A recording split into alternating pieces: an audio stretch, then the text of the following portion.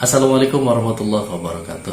Waalaikumsalam warahmatullahi wabarakatuh. Sahabat subscriber, kali ini saya akan berbincang-bincang dengan sahabat saya yang sudah lama sekali, hampir 15 tahun, kurang lebih 15 tahun ya Kang Indra ya? Iya, betul.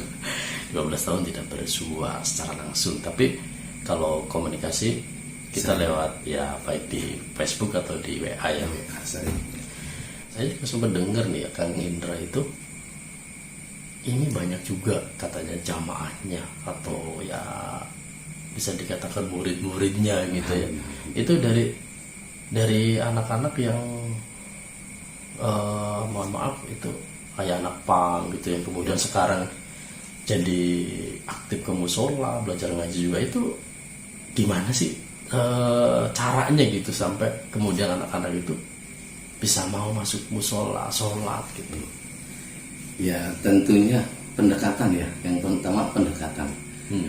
Dalam hal menghadapi karakter anak itu kita harus bisa membaca karakternya, terus dalam hal kesehariannya kita harus bisa membaca. Apalagi berawal dari saya hijrah gitu ya, hijrah dari kampung kelahiran ya, dari kampung asal ke tempat yang lain ya, gitu. Ya, alhamdulillah berawal saya baca situasi sehingga ternyata di sana banyak anak-anak yang kurang rangkulan seperti anak pang, anak reggae, anak Vespa yang notabene itu sama sebenarnya karakternya. Tapi bagi saya, di mata saya itu mereka itu bagus. Tapi di mata orang lain bahwa karakter anak-anak pang itu anak nakal. Ternyata setelah saya dekati mereka, diajak berbincang-bincang, itu yang ada dia tuh ingin menyampaikan sesuatu yang tujuannya dia ingin seperti yang lain, dalam arti bisa beribadah. Nah ini memang kadang-kadang banyak juga dari kalangan yang mengerti agama gitu ya, itu menilai tidak dari sisi kemanusiaannya, mereka menilai banyakkan dari mohon maaf ketika melihat anak-anak seperti itu, wah ini udah jelas nih yang namanya sholat pasti tinggal, kemudian alergi dengan ilmu agama. Padahal yang selama ini dirasakan sama Kang Indra ini nggak seperti itu ya? Nggak seperti itu, justru sosialnya lebih tinggi mereka. Sosial lebih tinggi dalam arti gini, dia itu mempunyai persatuan. Setiap tahun sekali dia itu membagikan sedekah kepada orang miskin, anak yatim. Bahkan waktu saat ada acara tanggal 2, kalau nggak salah tanggal 27 Oktober, itu kan masuk Sumpah Pemuda kalau nggak salah ya. Iya. Nah, besoknya 28 ya. Iya, 28. Persiapan tanggal 27, tanggal 28 itu kalau nggak salah itu di lapangan Kertanegara. Itu diadakan pertemuan anak Vespa.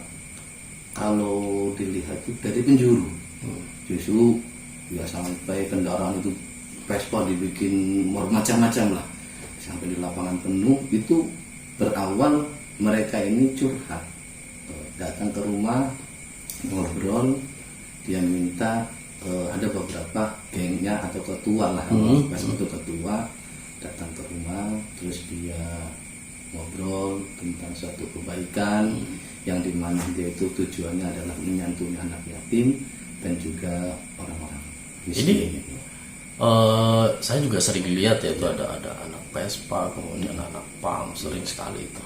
Memang itu kan dari perkumpulan itu bukan hanya dari orang Indramayu atau Negeri saja kan itu ya. Di luar itu justru di luar dari kabupaten lain, kayak dari Cikarang, kayak dari Cikampek, bahkan sampai dari Bandung, Jakarta itu mereka datang.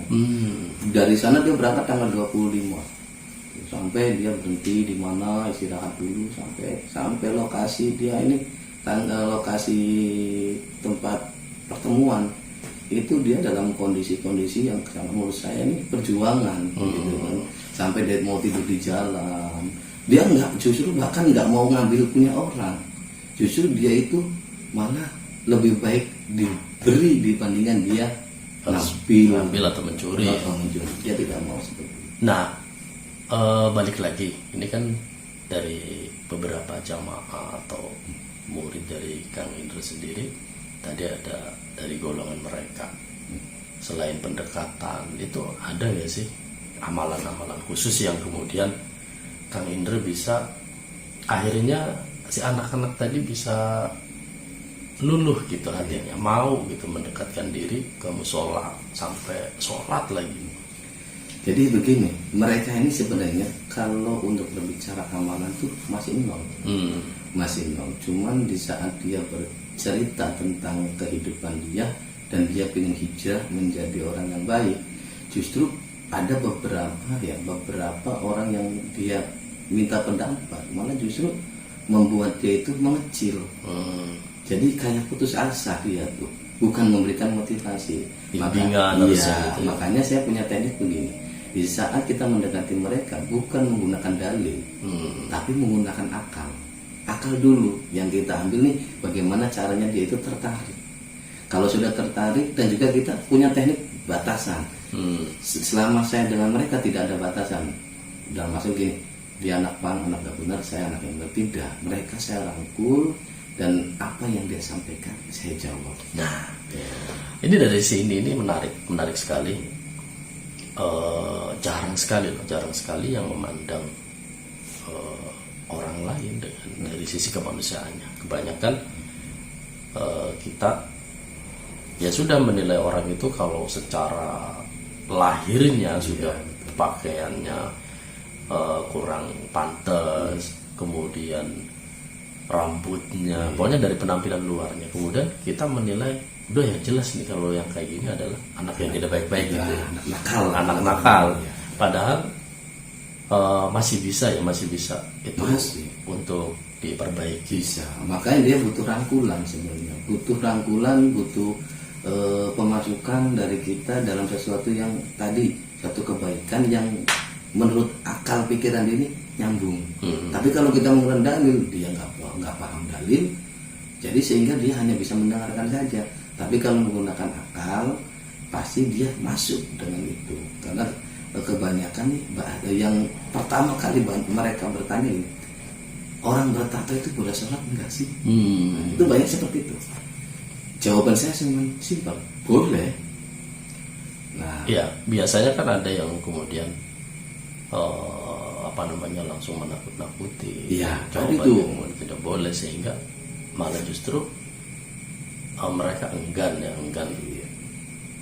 untuk mempelajari ilmu agama, apalagi sampai melaksanakan ibadah seperti sholat fardu, kemudian apalagi yang sunnah, ngaji, itu juga pasti nggak mungkin mereka lakukan kalau baru didekati saja.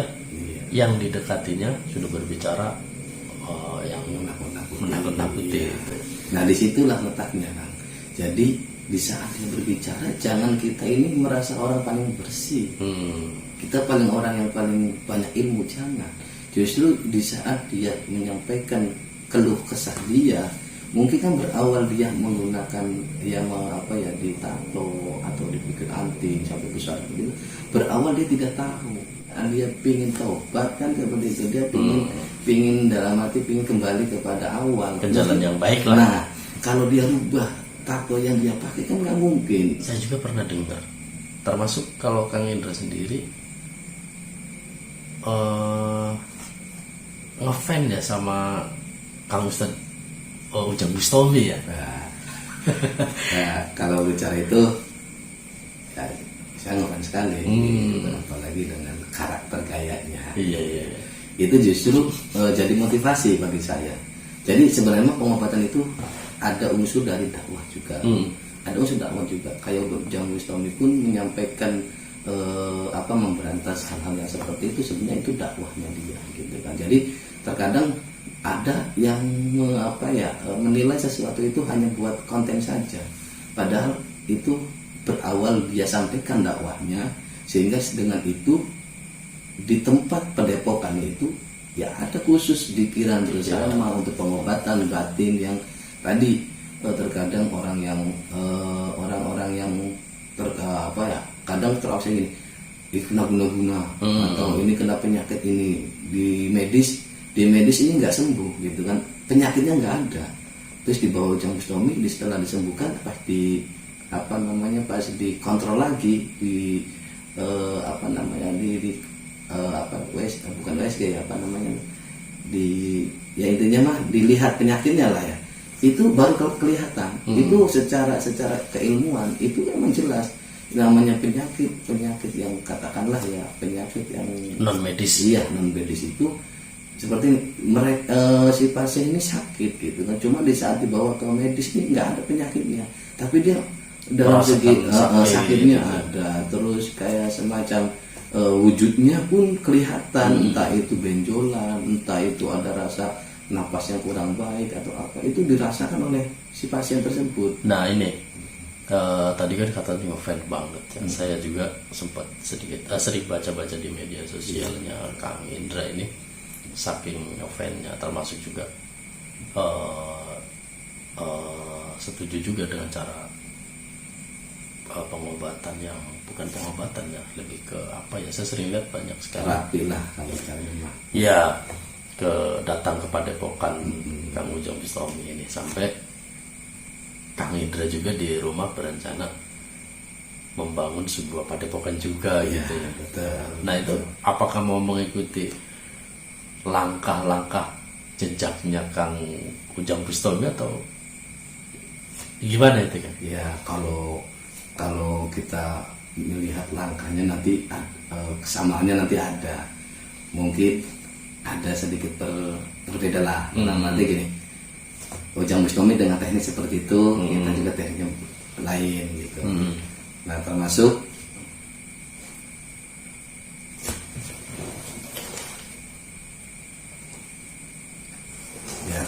ini juga saya mendirikan ininya gini. Kalau Ujang Bustami bahasanya nih Padepokan Anti Galau. Nah kalau saya Tombo Hati. Jadi penyakit rohani yang membuat dia merasa gelisah, merasa bahwa dirinya nih kurang nyaman. Itu biasanya kan ada sesuatu yang membuat dia ini dalam hal kebaikan enggan gitu. Sehingga saya punya inisiatif membangun sebuah padepokan Tombo Hati ini ya, prinsip 5 itu gitu. Salah satunya ya baca Quran gitu kan, berzikir juga, sholat malam juga ya, tirakat untuk puasanya pun dia harus mau. Karena apa ya, salah satu untuk penenang kolbu atau penenang hati kan dengan membaca Quran gitu. Makanya saya punya inisiatif seperti itu. Makanya saya mungkin kalau saya Allah ridhoi dan Allah ridhoi, saya punya padepokan atau asrama lah ya gitu. Itu ya saya pengen sebenarnya kecerbonan gitu. Hanya di situ ada bentuk-bentuk Cirebon kayak rumah joglo atau seperti itu kan. Oh misalkan kita plak ikut kayak Kang Ujang Bustami, wah ini ya bukan kelas ya, bukan kelas ya. Kreatif Iya, juga. iya dong. Saya juga kan makanya lebih hebatan beliau. Dalam arti kalau saya ini masih kelas teri lah ya. berarti nggak nangani yang sakit tinggal ya? Ya kalau hal itu mah tergantung ya kan. Tergantung dalam hal pengobatan, dimana kalau kita mampu untuk menyembuhkan, ya kita sembuhkan. Kalau tidak mampu, kita kembali kepada guru kita. Iya. Gitu. Jadi kita juga perlu yang namanya bantuan seorang guru. Makanya rohani itu penting. Nah, waktu mempelajari ilmu tentu kan kayak Kang Indra sendiri tidak sembarangan kan belajar ilmu untuk penyembuhan atau ilmu pengobatan alternatif semacam ini. Nah, pernah gak sih ketika mengamalkan amalannya ada yang seperti kita misalkan tidak kuat atau amalannya seperti apa gitu? Kalau berbicara amalan ya, kadang banyak orang terobsesi dengan kekuatan yang kita miliki ini spontan gitu kan. Spontan kita bisa merasakan. Padahal segala sesuatu butuh proses. Ibaratnya kita untuk belajar ilmu itu kan perlu ada ijazah. Dari ijazah itu nanti akan diberikan sebuah amalan. Nah amalan itu tuh Ya kalau kita hanya sifat ijazah saja, tidak pernah diamalkan setiap fardunya. Kalau berbicara seperti air mani dalam gelas itu nggak, kalau nggak dipikirin selama fardu, ya hanya seperti itu aja. Nah, adapun power itu naik itu tergantung diri kita. Dalam arti kalau kita semakin kuat untuk tirakatnya, ya semakin tinggi lah apa yang kita punya. Kalau ditanya hanya sebatas ingin coba-coba, dalam arti hanya sebatas mempunyai ilmu hikmah, ya hanya sebatas itu saja, tidak ada perkembangan. Itu tergantung perkembangan sendiri. Ya dulu kan ketika masih di pesantren gitu ya, pernah mengamalkan amalan-amalan yang sampai kemudian menahan laparnya sangat luar biasa, bisa dikatakan kayak hampir mati gitu ya. mungkin juga ini hikmah dari itu semua ya. Iya, betul. Itu ada beberapa ya kejadiannya sangat luar biasa ya. Luar biasa. Mungkin kalau disampaikan lucu ya kayak intinya mah ya segala sesuatu juga amalan di pondok atau di pesantren itu ya sangat luar biasa. Jadi setiap amalan yang kita minta yang benar. Di saat kita minta amalan, kita tidak harus tahu apa fungsinya. Yang penting di saat kita mendapat amalan dari Romo Yai seperti kayak merawon ataupun yaman gitu kan. Di saat itu pun kita ngamalkan pasti akan ada efek kan efek mungkin dirasakan kan gitu. Dirasakan dulu kan seperti apa gitu. Cuman karena fungsinya kita nggak tahu gitu, apa mahabbah dari ini nggak tahu, tapi berjalan dengan begitunya. Nah kalau kita fokuskan hanya amalan di pondok itu, karena kita hanya di saat pondok itu kan hanya yang kita perdalamkan ilmu kitab kan. Jadi ilmu hikmah ini kan kita tidak fokus dalam hal itunya. Nah makanya kreatif masing-masing. Di saat kita mendapatkan sebuah ilmu dari pondok pesantren, berarti itu bekal kita, bekal berdakwah kita. Nah di saat kita berjalannya dengan berjalannya waktu, itu kan kreatif kita untuk butuh yang namanya bimbingan rohani yang kira-kira bisa membuat kita ini ada pelindungan dalam diri kita. Makanya hikmah itu, ilmu hikmah itu ya sangat luar biasa. Makanya tapi kalau diterapkan dalam amalan sama kan? Sama ya. Sama. Yang namanya yaman, yang namanya bacaan-bacaan yang di hikmah itu sama dengan di pondok, karena kita pada awal ngamalin di pondok itu nggak tahu kan fungsinya. Hanya sebatas mengamalkan, sedang mengamalkan. Setelah kita terjun ke perguruan al-hikmah gitu kan, sehingga di situ kok ternyata kok sama ini, cuman hanya yang membedakan tuh antara kuncinya. Kalau kita masuk hikmah itu dibuka kuncinya yang disebut ijazah, itu sama ijazah, cuman kuncinya dibuka. Setelah itu kita amalkan dengan sendirinya. Nah nanti di situ akan ada bimbingan di mana untuk teknik dalam pengobatan. Makanya saya sempat waktu dulu juga kan bukan untuk kita ini menjadi orang hebat, bukan dalam arti kebal bacok lah ataupun orang yang ditakuti, tidak. Justru kalau yang saya inginkan hanya caranya bagaimana saya jadi karyawan Allah gitu, bisa mengobati seseorang tanpa pamrih dalam yang jelas bermanfaat lah. Bermanfaat. Makanya saya punya prinsip itu dakwah saya. Di saat saya mengobati pasien, yang saya sampaikan cuma satu kan, Bapak yakin sama Allah. Kalau Bapak yakin sama Allah, setelah Bapak sembuh oleh Allah, disembuhkan oleh Allah, Bapak mulai beribadah kepada Allah. Luar biasa. Ini luar biasa dakwah yang jarang sekali kita kembangkan. Ini memang kebanyakan yang sering kita dengar ketika ada orang berobat alternatif, tidak di medis gitu atau di rumah sakit atau ke dokter, lebih lari kepada dukun atau yang lain. Ini seringnya justru mohon maaf kemudian meyakini bahwa yang menyembuhkan itu si dukun tadi. Nah ini yang kemudian kan menjadi musyrik ini. Betul, ya. Itu perlu digarisbawahi itu kan. Kebanyakan ya itu nanti timbulnya semacam ria gara-gara saya. Itu biasanya benar, itu yang saya antisipasi di situ. Makanya sebelum saya mengobati seseorang itu saya sampaikan dulu, Bapak kalau sembuh sama Allah, Bapak siap nggak beribadah kepada Allah? Ilmu yang saya punya milik Allah. Ya, saya sampaikan seperti ini. Jadi sebelum saya menyembuhkan, saya dakwain dulu. Gitu. Bapak dikasih penyakit ini mungkin ujian dari Allah. Setelah Bapak disembuhkan dengan ilmu Allah juga, Bapak sembuh. Ya, yang saya minta biar lebih paten, lebih kuat, Bapak beribadah. Itu tapi jarang apa yang ini. Di saat sudah sembuh dia lupa. Pasti, gitu. Kebanyakan seperti itu. Di saat sakit aja. Kalau gitu. ya, itu kan tidak hanya orang yang sedang, mohon maaf, yang sakitnya parah saja. Biasanya kita sendiri ketika sakit baru ingat Allah. Betul, gitu. Kalau sehat jauh lagi gitu ya. Nah, itulah yang perlu kita dakwahkan seperti itu kan. Karena mayoritas masyarakat awam dalam arti di saat gini kan ya, kadang dia sakit nih, pas jalan di sana dia kena makhluk di sini gitu, atau enggak di saat dia lagi sukses sakit yang begitu parah dan lama gitu kan. Jadi terobsesi dalam pikiran dia ada yang guna. Makanya menjadi menyalahkan orang lain. Nah, untuk menutupin hal itu kita harus pintar juga kan. Dalam arti gini, di saat dia terkena oleh orang lain dalam arti disantet ataupun dia diguna-guna lah, antara santet dan guna-guna udah berbeda tuh lah. Beda. Antara santet itu langsung di saat itu dibikin sakit atau dibikin menderita. Kalau guna-guna itu digelisahkan kan, di saat dipindah dari rumah situ pun akan hilang.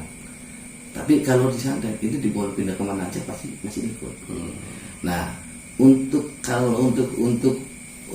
menangani hal itu di saat disembuhkan, kita nggak perlu menyampaikan bahwa ini kena guna-guna atau ini nggak perlu.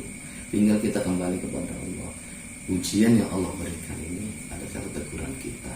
Di saat Bapak sembuh, Bapak bisa kembali lagi normal seperti biasa. Hanya ingat Allah. Ibadahlah kuncinya, tagarlah diri Bapak itu dengan ibadah kepada Allah. Karena jelas di situ pertolongan Allah kan ada. Kalau kita sampai ini nanti timbulnya suuzon gitu. Karena hal itu tuh tidak ada barang bukti kan. Tidak ada barang bukti gitu. Nanti malah menuduh orang lain. Nah, nanti ini yang timbul berkepanjangan. Fitnahnya kan luar biasa kan. Makanya semua orang itu harus bisa menutupi hal itu. Di saat disembuhkan dia sembuh secara langsung. Adapun bertahap itu kita kembali. Di saat ada beberapa keluarga yang mengatakan kenapa ini dia gitu, atau dari mana yang atau ini, atau kena santet atau guna, nggak perlu kita sampaikan. Tekniknya dalam mengobati seseorang dalam hal itu yang penting kita yakin kepada Allah dan kita minta kepada Allah sesuai dengan apa yang Allah sampaikan kan gitu. Di saat musibah itu datang ya kita kembali kepada Allah dengan innalillahi wa inna ilaihi raji'un. Datangnya dari Allah kembali kepada Allah. Walaupun itu sifatnya gini, itu datangnya dari orang lain, gitu kan? Atau persaingan. Nah itu kebanyakan adanya persaingan. Makanya supaya tidak ada pertengkaran, dan apalagi yang lebih parah gini kan, orang itu yang lebih orang dekat gitu, orang dekat atau keluarga dekat lah yang melakukan. Nah kalau kita buka atau kita jelaskan, ya ada kan nanti ada perpecahan keluarga. Nah biarkan saja di saat orang itu tahu di saat ini lagi disembuhkan. Yang jelas kan kalau kita nggak menunjukkan inisialnya, ya nggak akan berkepanjangan gitu. Tinggal udah Bapak udah sembuh, udah sehat, udah merasakan nyaman, iringi ibadah. Insya Allah itu akan jadi pagar Bapak untuk menolak segala sesuatu datangnya dari siapa. Betul sekali. Sebelum dilanjutkan kopinya diseruput.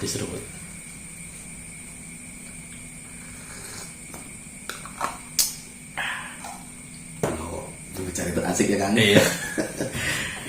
Tidak terasa obrolan kita sudah 30 menit nih. Sudah 30 menit. Sudah setengah jam. Ini memang kalau sudah ngobrol di pengalaman kehidupan, ini kita lupa gitu. Kalau ternyata sudah larut malam, kemudian jadi kemana-mana gitu. Betul. Makanya penyampaian ini sebenarnya sangat penting sekali, apalagi tentang keimanan kita kepada Allah kan gitu ya. Makanya dalam kehidupan seseorang itu kalau kita beribadah, ya Allah akan melindungi kita.